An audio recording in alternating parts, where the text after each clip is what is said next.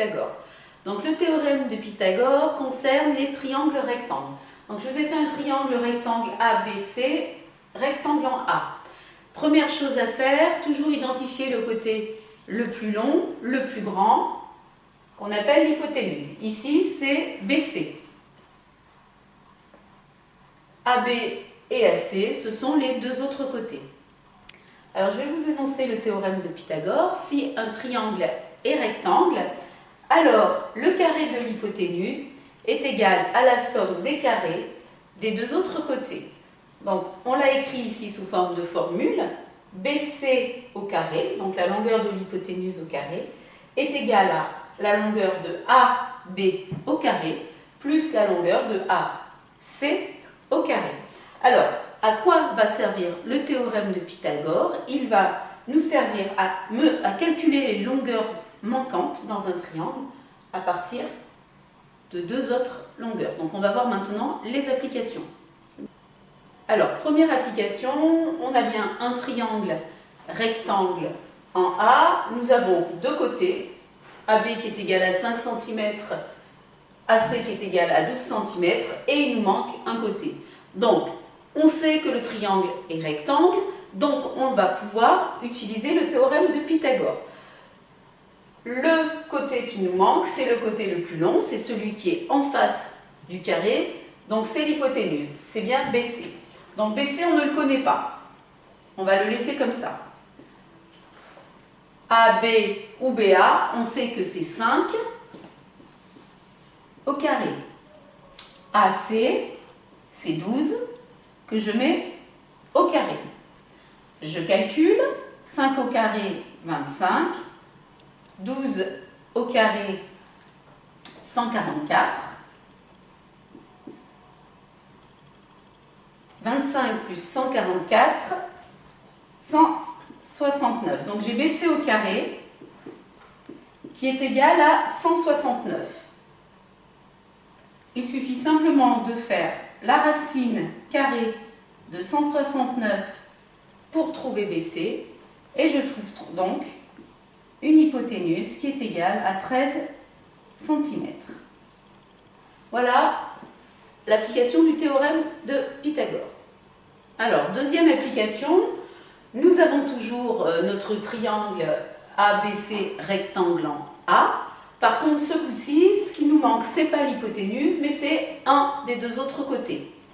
On sait que le triangle est rectangle, donc on peut quand même utiliser le théorème de Pythagore.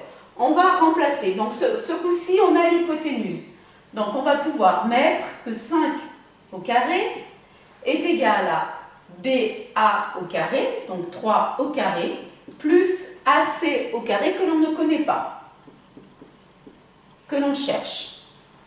Donc 5 au carré, 25, 3 au carré, 9, plus AC que l'on ne connaît pas. Donc, comment est-ce qu'on va faire? On va dire que 25 moins 9 va être égal à AC au carré. Je vais en conclure que AC au carré est égal à 25 moins 9, 16.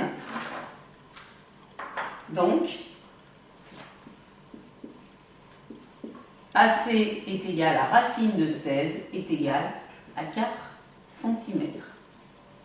Et voilà, j'ai trouvé ici 4 cm. Donc, il faut faire très attention puisque ce n'est pas l'hypoténuse qu'on me donne, mais un autre côté. Donc, on fait très attention. On met toujours l'hypoténuse toute seule devant le signe égal. On additionne les deux autres côtés et après on fait une soustraction. Et on trouve le côté manquant. Maintenant, nous allons voir la réciproque du théorème de Pythagore. Alors maintenant, on voit la réciproque du théorème de Pythagore. Alors, si on a un triangle ABC, si on peut appliquer le théorème de Pythagore, c'est-à-dire que si l'hypoténuse au carré est égale à la somme des deux autres côtés au carré, alors le triangle sera forcément rectangle.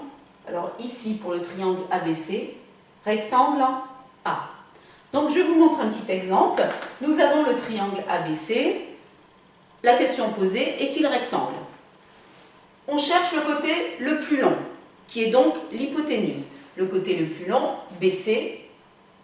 L'hypoténuse, c'est donc BC est égal à 3. Ici, j'identifie l'hypoténuse. Donc, j'ai identifié mon hypoténuse, BC. Donc, je vais calculer séparément BC au carré. BC, c'est 3, au carré, c'est égal à 9. Donc, on vient de calculer l'hypoténuse au carré qui nous a donné 9. Je sépare mon tableau en deux parties. Je vais maintenant calculer la deuxième partie du théorème de Pythagore. Donc, BA au carré plus AC au carré. Donc, BA au carré, 1,8 au carré.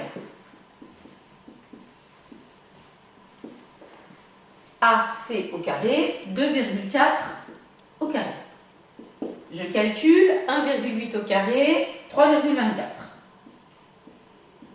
2,4 au carré, 5,76. Donc si j'additionne 3,24 et 5,76, je trouve bien 9. Donc ce qui veut dire que mon BC au carré est bien égal à BA au carré plus AC au carré. 9 égale 9. J'en conclus que mon triangle est rectangle et est rectangle en A. Évidemment, si j'avais trouvé une autre valeur ici, 10, 15, 20 ou même 9,1, le résultat étant différent, mon triangle ne serait pas rectangle. Donc je conclus en disant que le théorème de Pythagore me sert à deux choses. Première chose, il me sert à calculer une longueur manquante dans mon triangle. Et deuxième chose, avec la réciproque, il me sert à démontrer que le triangle est rectangle. Voilà, cette leçon est terminée. Je vous dis à très bientôt dans une prochaine vidéo. Au revoir.